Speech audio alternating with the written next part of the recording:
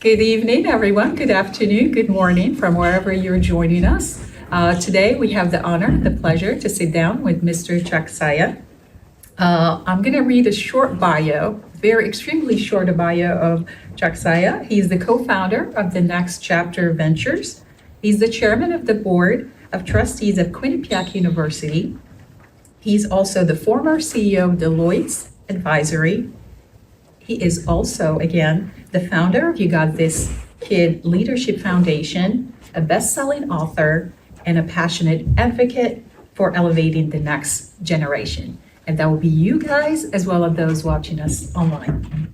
Thank you so much for joining us today. Thank you, Rachida. Rachida. A pleasure. Well, thank you. Thank you very much for having me. I'm excited. Absolutely. So our conversation today will focus on the role of venture capital in shaping healthcare and AI innovation. Through the many hats that Chuck Saia wears, we are going to cover the how to bridge between AI, healthcare, and venture capital. This is also the first time that HDC Chat Series, the Health AI podcast that I founded, it's held in person and live with everybody here, as well as our viewers from all over the world. I know some of you are from the Middle East, from Africa, from Europe, and of course, from America. This event is in collaboration with the Business Analytics and Information Society, as well as the AI and Analytics Club. Both of them are located here at the School of Business. Quick remark, this event is happening at Quinnipiac University School of Business. This is especially for those online. This is a gorgeous campus. We invite you to join us, take a class or two, visit, and join a major or two from our 9 schools, from business to medicine to communication, and so many more in between.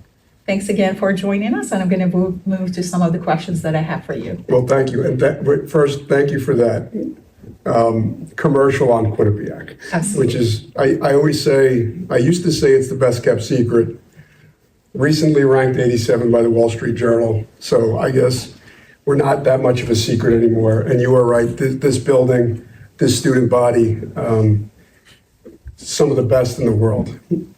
And we have not only all the titles and the hats you wear, you're also Quinnipiac graduate. I'm a 2-time alum, yes. So I'm very passionate about Quinnipiac, which is why I chose to be on the board of trustees and am the chairman here. And I told the students that are here that I'm happy to stay afterwards and have a conversation with them about all things QU from my perspective. Absolutely, thank you. I'm going to start with our first question. You are the founder, the co-founder of Next Chapter Ventures. Yep. NCV has grown to more than 40 seasoned investors and close to 14 million invested. What inspired you to co-found NCV, and how do you see its role in shaping healthcare and AI innovation? Yeah, it's a good question. So we're actually at 19 million now. I know you got the 14 off the website last week, and we're at 19 million invested. To be honest, when I co-founded this with my other founders, I was in somewhat of an inflection point in my career. I had just left the post of being the chief executive officer of the advisory business at Deloitte, $3.5 billion business. I had 20,000 employees. It was fun leading that business. But I was at this career inflection point. And if you think about the makeup of the bio you just read, I've got the You Got This Kid Leadership Foundation, which is a foundation that is focused on developing the next generation of leaders while having a positive impact for those people suffering from autoimmune disease in our environment. And I co-authored 2 books on leadership. So when I started to think about Next Chapter, it was investing in the next generation in a very different, meaningful way. We started in 2021. We had 3 people. We now have 45 unbelievable members with CVs and bios that are just amazing. And we're having a lot of fun investing. We run ourselves very much like a VC, even though We're really a supercharged angel group. We have various committees. I'm happy to talk about that. We don't only focus on healthcare. I think that's very important for this conversation. We're opportunistic. We look at brands. We look at B2B SaaS across industry sectors. We do get energized by healthcare because a lot of that is mission-based. Our three portfolio companies that are directly related to healthcare. Each of them are mission-based. And then even the ones that are on the outside that are more verticals that impact various industry sectors. We get energized when we're dealing with healthcare. And then AI we can get into. And I can tell that joke I told to you when you want to get there. But obviously AI is a big deal, and it's something that we look at to be opportunistic as investors. But that's the reason. It really was tied to investing in young founders that are trying to disrupt and trying to make change, and we're having fun doing it. You talked about young investors, and we see from doctors to professionals to students that are interested in doing their own startup. And we've seen a rise in the last few years going into thousands and thousands of startups. What qualities you look for in the founders when deciding which ones to support? And most importantly, what tips are you willing to share here at Quinnipiac and with our audience online all over the world? You're such a good interviewer. You're asking all the right questions, Rachida. I just did a little bit of homework. I think first, understanding how to even get into next chapter to present. We have a pre-due diligence committee. It's numbers-based. So we look at anything from your current revenue, ARR. We look at how you're trying to fundraise, what the instrument is, what the valuation you're placing on your company is. We look at the TAM, what's the market look like? What does the competition look like? And once you get through that pre-DD process, pre-due diligence process, which is somewhat formulaic based, you then present. This is where we're a little bit unique. You come in and present to all of us. We have meetings every Tuesday, 8 a.m. Founders come in, one founder per, and they present, and they get asked a lot of questions. At the end of that, a thing that I think also makes us a bit unique, we have a behavioral assessment form. Now, understand the mission of NCV. Remember, I talked about it being leadership. Number one thing for us is to find places that our members can be board advisors or sit on the boards.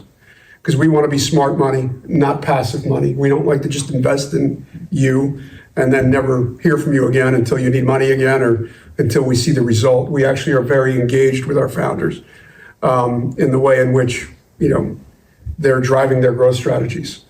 So the behavioral form asks questions about the preparedness of the presentation, what's in the deck, all the way down to what's in the deck. How did the founder present themselves? How did they deal with questions that they couldn't answer? We actually love when they tell us they can't answer the question, rather than ramble for 5 minutes trying to answer a question that they don't understand. The point of that is that we're investing in the founder first, and then the idea and the product. We want to invest in the founders, the founder coachable. Is it someone that we think that we can engage with in a meaningful way to drive their growth strategy? If the behavioral form, we have a score of 5. I'm probably letting some trade secrets out, but that's fine. Put some pressure on our founders. You have to get a GPA of 4 out of 5 or higher in order to pass into our due diligence process. You also have to have 66 2/3% of our members saying they would invest in a sidecar, meaning they would invest their own money in that particular founder and his business. You then get into due diligence, and then you get a deep dive in due diligence, and then you get our money, and you get the privilege of having one of our members be your board advisor, or two. So they have to earn that money. They do, and I think that's important for young people to understand. I mean, you need to know your numbers. That's motherhood and apple pie, but you need to be very prepared. Leverage your mentors in preparing for your presentation. It can't be a haphazard. You'll get, not just with my group, where we have a phenomenal strategic partner in an organization called York IE, which is a strategic investment and growth firm. We share deal flow with them. We invest through them.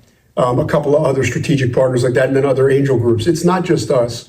We're looking at the founders' preparedness and their behavior to understand if it's someone that we want to invest in. The product, the AI, buzz, all of that is secondary.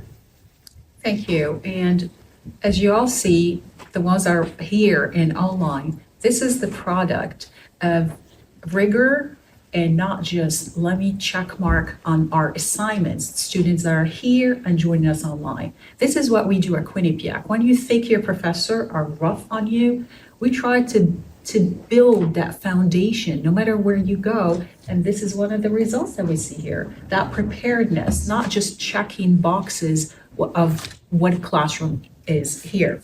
The Quinnipiac student in me is built for this. I actually just met with, I don't want to make this all about Quinnipiac, but I am the chairman. I just met with Marie this morning, and we were talking about innovation here at the business school and the broader innovation that can happen through our 9 schools. You and I have had that conversation. That's right. And I think the type of student that we attract has the savvy and the guts to venture into the founder world. But you're right.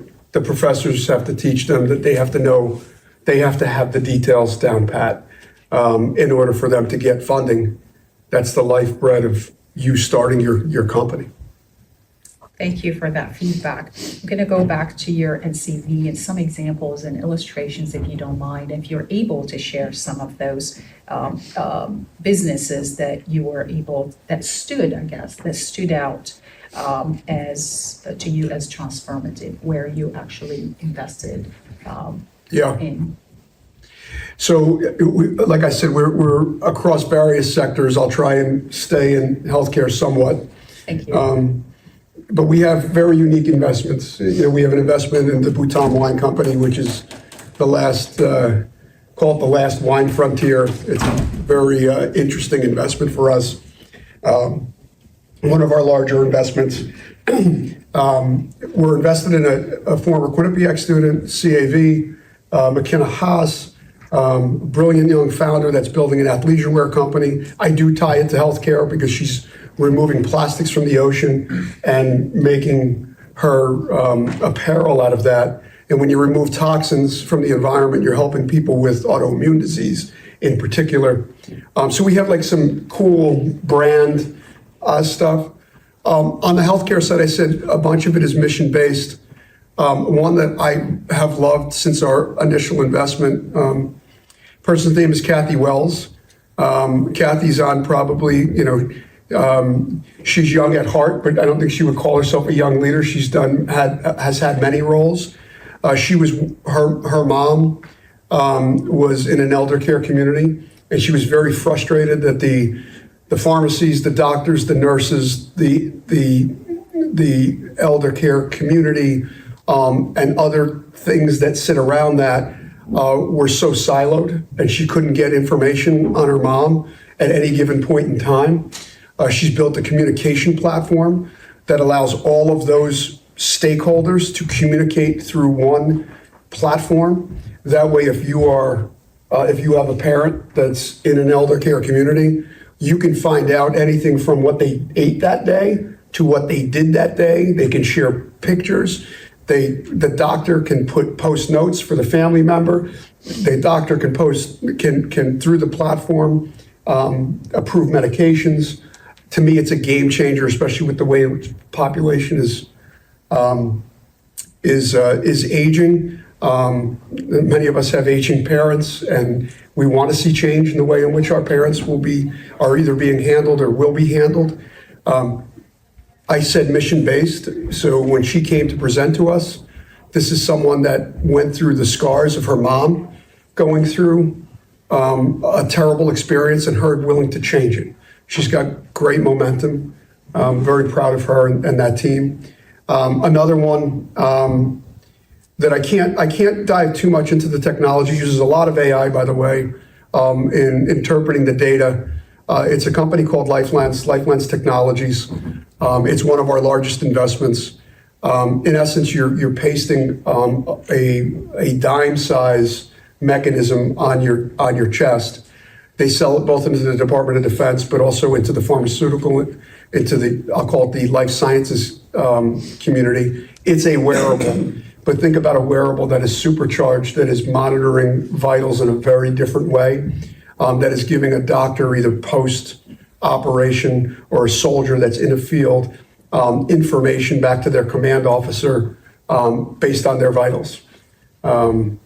An easy example of that is that if a soldier is actually in combat and starts to get stressed, you can see that stress being elevated, and as a result of that, you can strategize on how to deal with that stress. Example is someone that gets heart surgery, and you want to monitor that patient after heart surgery when they go into their home. That device will monitor it consistently and will feed the doctor data, along with some AI and machine learning to interpret data across patients in order for the doctor to respond post-operation.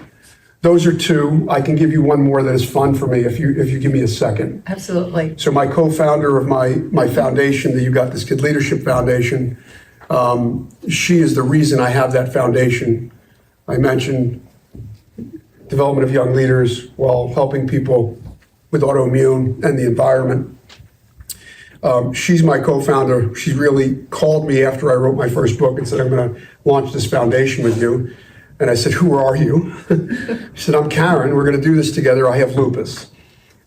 She launched a company that we have not made a capital investment in. It's part of our incubator program.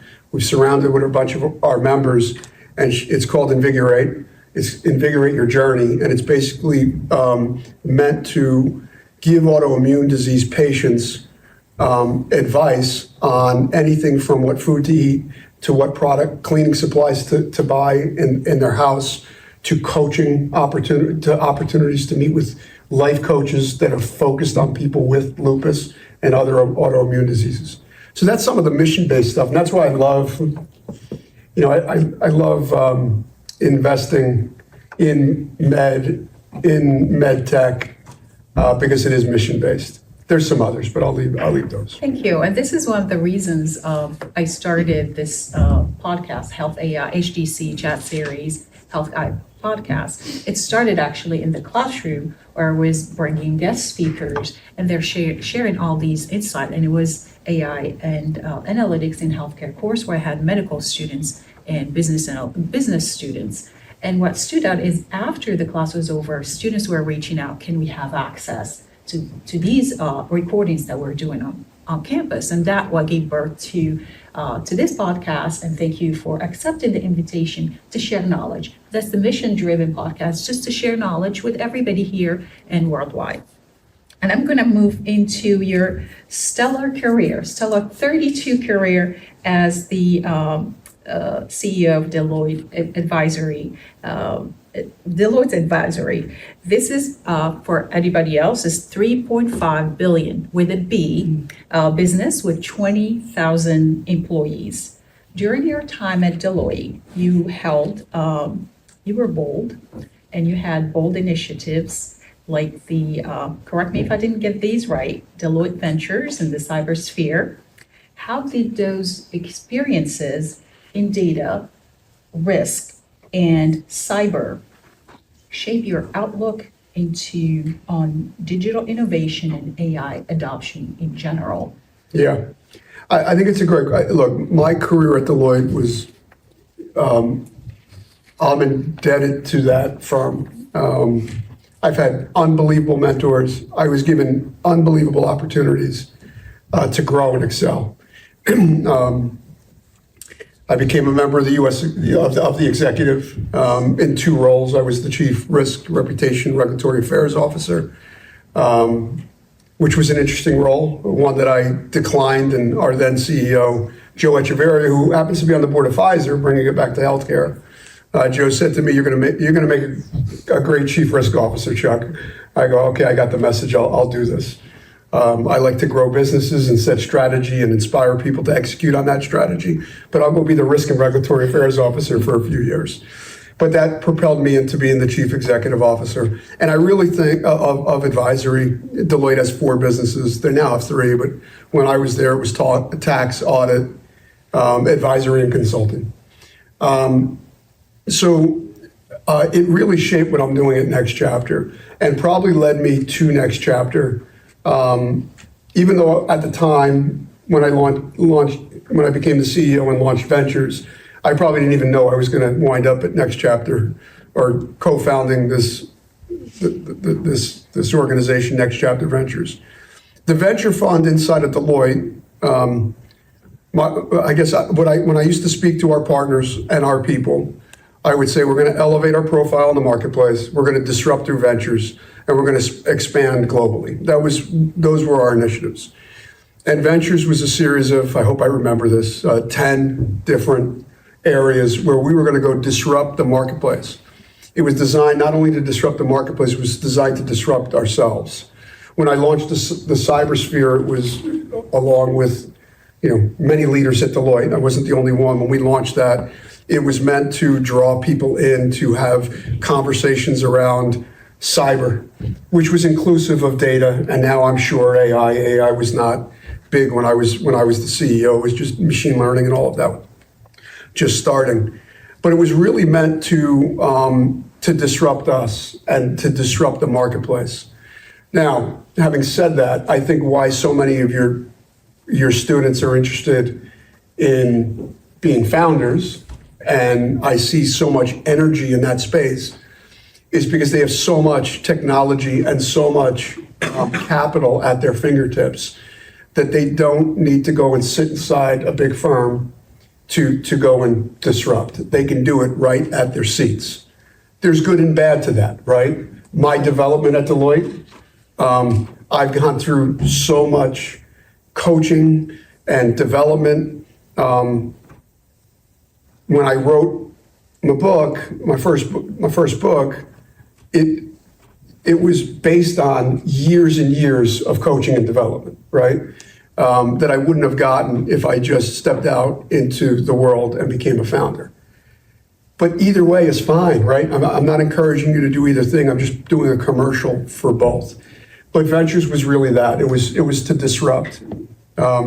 We did have something that was really interesting. It was around reputation, which I had done with my team as Chief Risk Officer.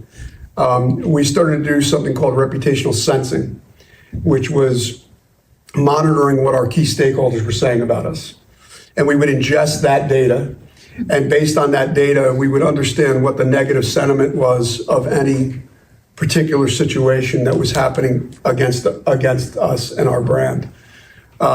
It became a fascinating conversation with our board because things that they were getting emotional about, that were showing up in the papers, were not getting the negative sentiment in terms of volume that they would expect. So we were able to pivot the conversation to the things that were really negatively impacting us, rather than chasing everything and every brand impacting event. So just that was one of our cutting edge solutions. So it's really interesting. AI is disrupting the world everywhere, but AI is not just about technology. What matters, and you show that in this talk, in this conversation, is about solving problems or taking advantage of opportunities. Many executives, and I hate to say this, they would say we need AI, and we talked about this offline last week, without clarity on purpose. And this applies to young investors, to professionals, to students, to doctors. How do you advise leaders to move beyond the buzzword to real problem-solving applications? you're asking me to solve something that is a big issue in the marketplace right now in this room. I get it. I joked, I saw a cartoon that it was the CEO, and he says, I want AI, and the team asks, what do you want AI to do? And the CEO says, I don't know, but I need AI. The question based on that. No understanding. There's some facts out there. I credit our strategic partner, York, on this. They just sent it out in their investor deck that 50%, I think I get these numbers right, 48% of AI projects fail in the first 3 months. And well over 60% just fail altogether. That's right. And I think, now park that there, okay? And that's inclusive of big companies, and probably, I don't have it by industry sector, but healthcare, life sciences, and the like are probably sharing in those statistics. And then look at the venture space. Two things you should know about the venture space if you're thinking about going out and building a company. In 2021, if you were building your company, folks that would look to give you money in your Series A would look for about $1.4 million in ARR if you were a B2B SaaS company. That's annual recurring revenue. That number's jumped to $3 million.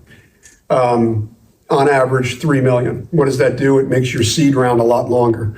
A lot of you, if you do this, your seed round is going to include your friends and family, and you're hoping to find groups like me that are willing to invest in high-risk rounds, which are those seed rounds. And basically, it has elongated your opportunity to get. You have to get to that $3 million to get that bigger check. I bring that up because even if you have AI, that's the statistic, right? 50% of venture investment last year, 50% of I think it was 91 billion, went to companies that had AI as part of the solution. We see a lot of it, right? A lot of people are bolting AI on. I did see one. We actually had a company in last week. This one I think was one of the more fascinating ones for me because I watched maybe the consulting world change in front of my eyes if the product truly does what it says it does. It basically ingests HR data. It can take flow charts from PDFs, throw it into its platform, and it's able to redesign the entire process based on that HR data. And then it's able to go out and survey the employees that are doing each of the tasks within that process to understand if automation was available, and or if you as the employee are doing that particular task, you hate it. So they can go investigate why do you hate this task and either make that better for you or maybe, again, think about automation.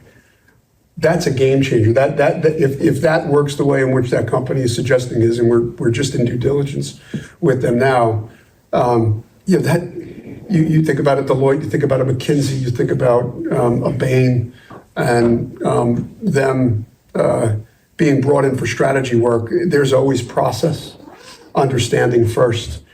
There's a lot of money to be made with process, especially with your junior staff. Go tell us what the process is.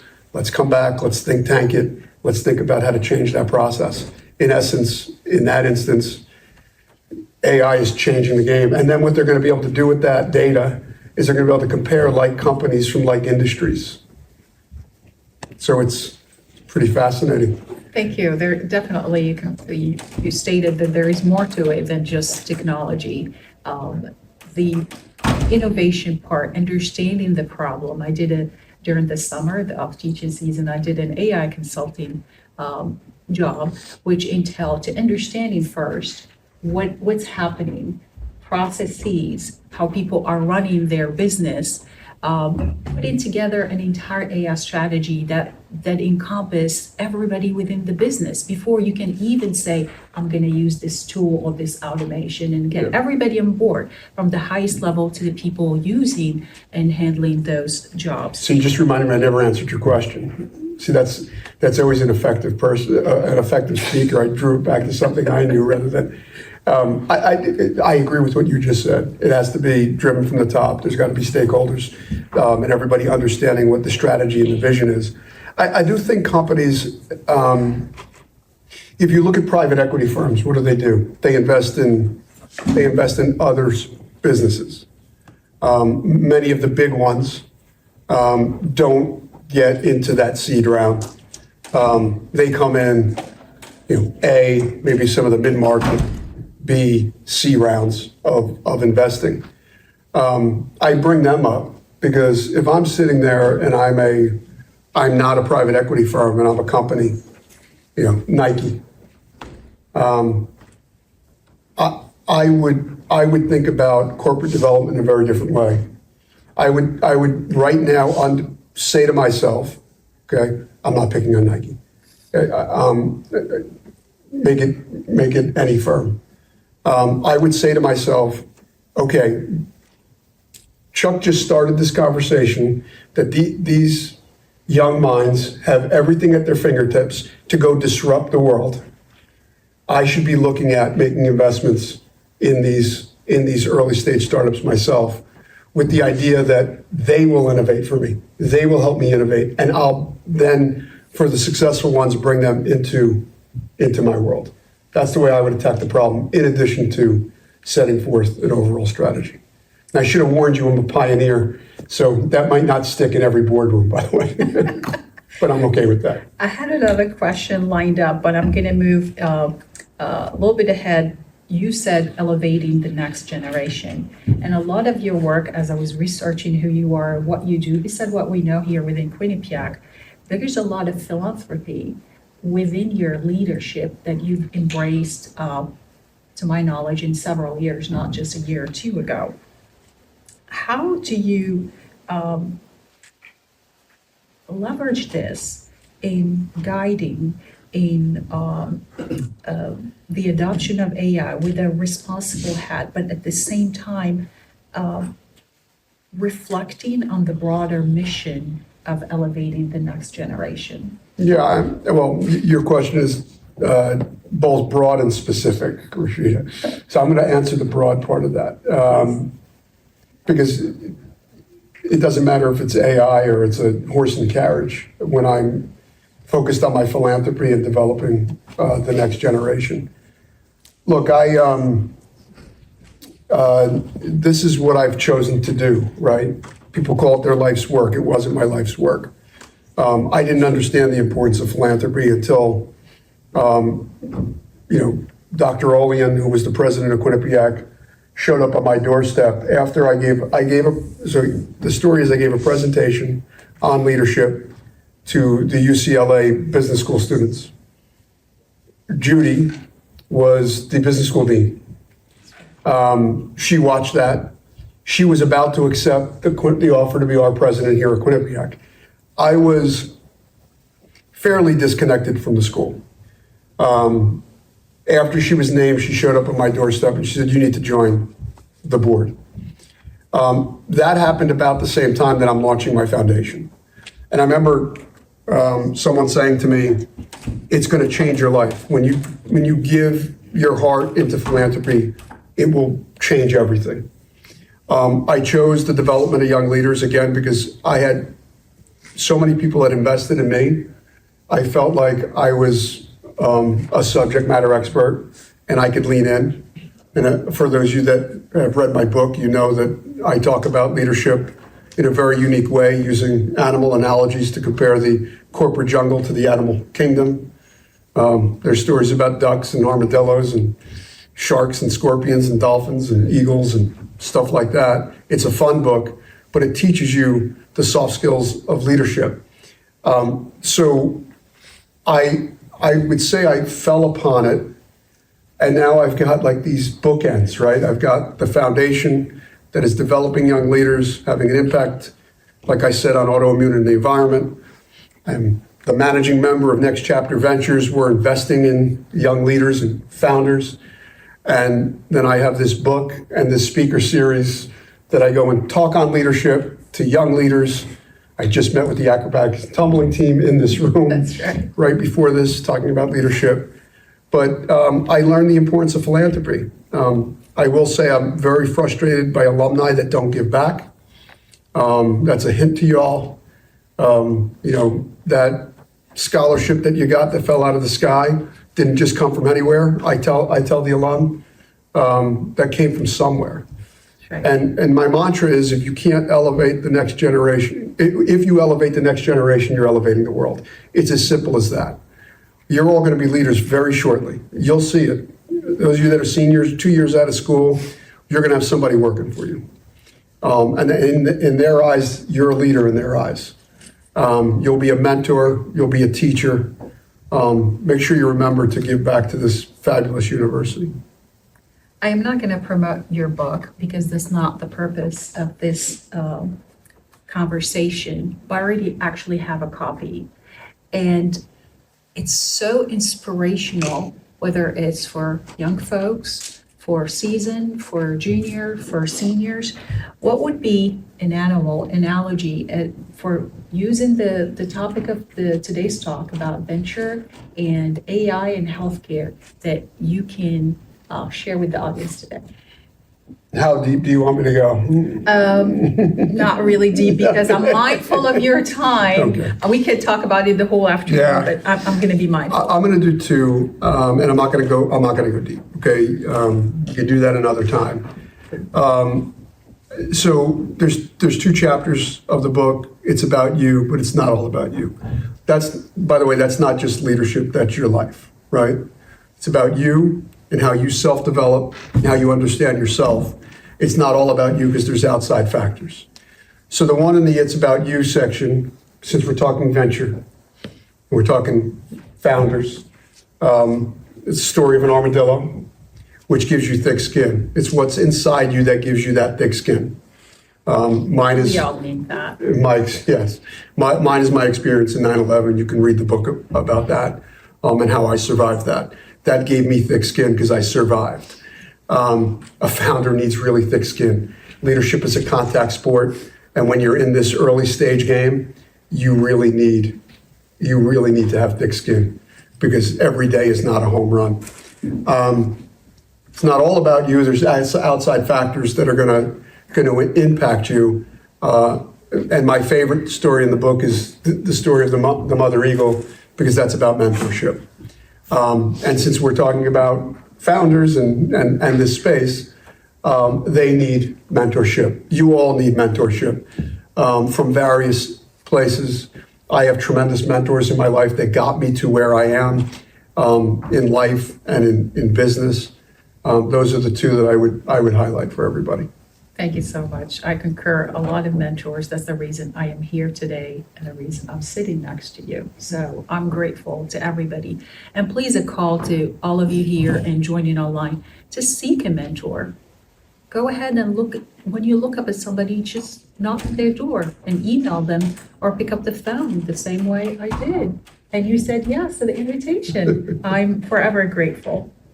And I'm going to move the topic a little bit to one of the hats that you're wearing as the chairman of the board of trustees at Quinnipiac University, as well as a Quinnipiac graduate. I'm going to give a little background. I'm a researcher at the Convergence of AI in healthcare. And I also have a joint appointment between the school business and the school medicine. What I see at firsthand is opportunities and challenges in preparing you, the next generation. From your perspective, how should universities in general equip students to apply AI within their field, whether it's the school business, medicine, communication, law, while also understanding the broader business impact? Yeah. It's interesting on having this conversation today. I spoke to Dr. Harden, our new president, for those of you that don't know who that is,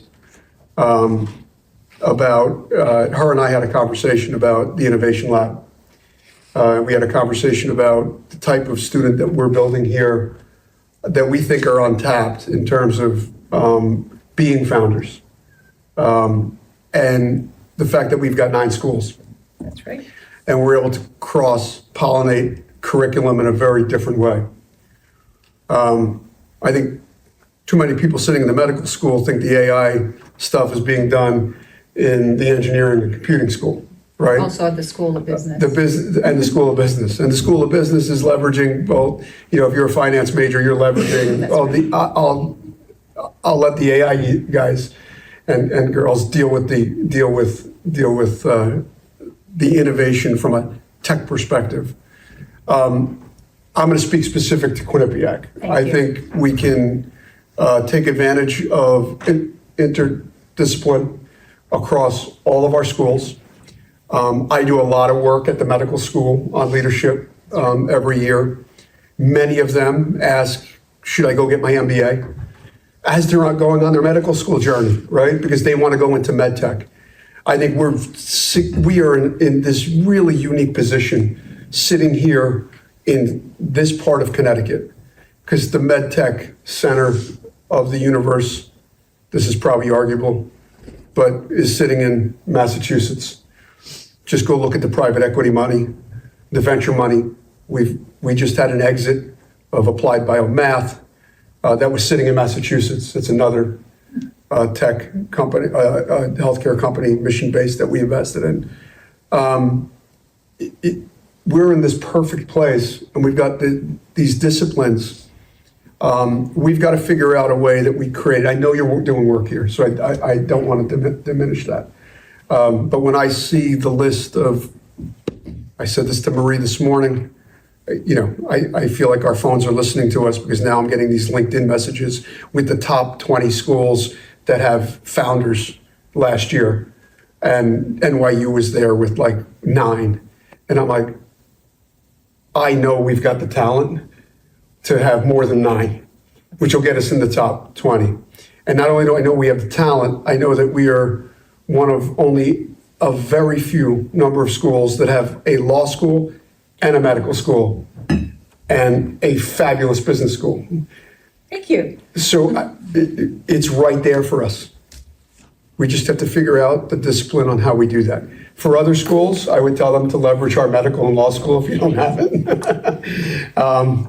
And watch us, because I think we're gonna go take off in this space. I think we're already taking off. Yes, I'm talking about the more ground. fuel. You are more at the highest leadership and on the ground, and with our faculty, our students. There is so much interdisciplinarity that is happening. Our students from law are taking some of our classes at the business school, Department of Business Analytics Agreed. and Information Systems. There is this, your generation or the newer generation, you have so much at your hand in bridging and bringing things together that allow you to create your own businesses, philanthropy, and move a much quicker pace than my generation did. Yeah, so you have all built an incredible foundation. When you hear the frustration in my voice, I would like to see our alumni get engaged with fueling some of these business ideas. I think we have work to get done there. I think as you start to see capital and mentorship come from our alumni community into these ideas, that's when we're going to supercharge what we're doing here. You certainly built the foundation on how you're connecting the schools. Now we need to figure out the capital side of things. On a joking side, but not really. I think over a decade ago, I was a little bit frustrated in front of my classroom. I'm sure y'all get frustrated with your students, and students get frustrated with your faculty. So I thought for a second, I'm like, I can't continue. I'm not gonna get bored because I love what I do. So I came up on the fly and I told students, guess what? We're gonna meet in the middle. I'm gonna work as hard as possible. I do it anyways. But you have to come prepared. We're gonna discuss, we're gonna engage in the classroom.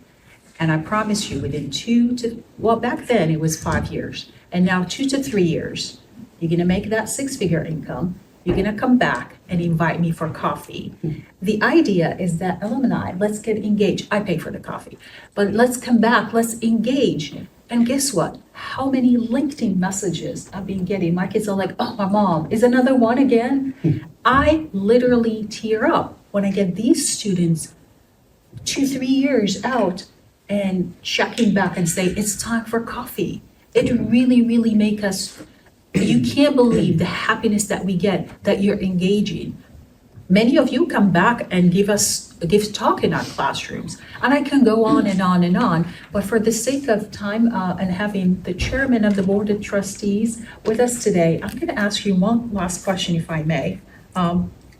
Bridging together your work in venture capital, higher education, philanthropy, what message would you leave with the next generation of leaders who wants to leverage AI innovation to make real impact in healthcare, but in society, and most importantly, in society? I thought you were going to ask me, this is a Quinnipiac joke. I thought you were going to ask me about parking and food. Oh, that's going to be covered offline, but. Your head of student, can I do this? Your head of student government was meeting with Marie this morning, and Marie said that those are the two on top of the list. And I said, well, make sure you tell them when I graduated a real long time ago, those were our top two, also parking and food. We're trying to fix it. We're trying to figure it out. It's taken 30 plus years to do it. If that's it, sorry if I interrupt you. If that's the only thing you can complain about in any school, we're really on the top of our game. Yeah. For real. Yeah. Oh, sorry, back I to you. agree. Look, so I would say it twofold. And I just got this question asked, a similar question, maybe not with the AI bent to it, from the acrobatics tumbling team. I always tell young people to differentiate themselves. I didn't use this example. I should have used this example. I was mentoring a finance major at another university. A friend's son was going to graduate with a finance degree and wanted to minor in accounting, which is a great combination. He had an opportunity to go study abroad in Spain, which would have delayed his ability to minor in accounting, but would have given him the ability to minor in Spanish. And I said, do the Spain Spanish thing. And the reason is that's just such a cooler story that when you're on an interview or as you go along in life, not many people are going to look like that, right? That's right. So I'm constantly pushing young people to differentiate themselves with experiences and with education. I am a proponent of graduate school. My boys know that. One is, well, I won't go there. They know that. I push them that go get some experience, go to graduate school. I love our plus programs here. It differentiates you. The other is, look, this is about healthcare and life sciences and AI. But whatever you do has to speak to you. I think your generation is really good at mission and purpose. And I would start with mission and purpose first before I went and said, I'm going to go get involved in something that's healthcare related and something that is, embracing AI if it doesn't speak to your mission and purpose. It really has to do that. Otherwise, you'll stall. You won't be energized by it. So I guess my final piece of advice on that would be if it aligns with your mission and purpose, go attack it. Go get it. If you're not somebody that understands AI fully, go find someone that does and make them your co-partner in this. Find your blind spots. You've got an incredible university to find multiple blind spots. If you have an idea and you have a passion, go sit in one of these beautiful rooms, go draw it out, figure out where your gaps are, bring people in, go disrupt the world. Go disrupt the world. I think with that, we'll end this session. Thank you so much, Mr. Chuck Saia, for a wonderful Thank you. conversation. And I hope to have you in other conversation in the classroom or with our online and worldwide community. Thank you so much. Thank you, everybody, and thanks for those out there. Disclaimer. The views and opinions expressed in this podcast are those of the presenter and do not necessarily reflect the views or positions of the organization or entity represented by the presenter.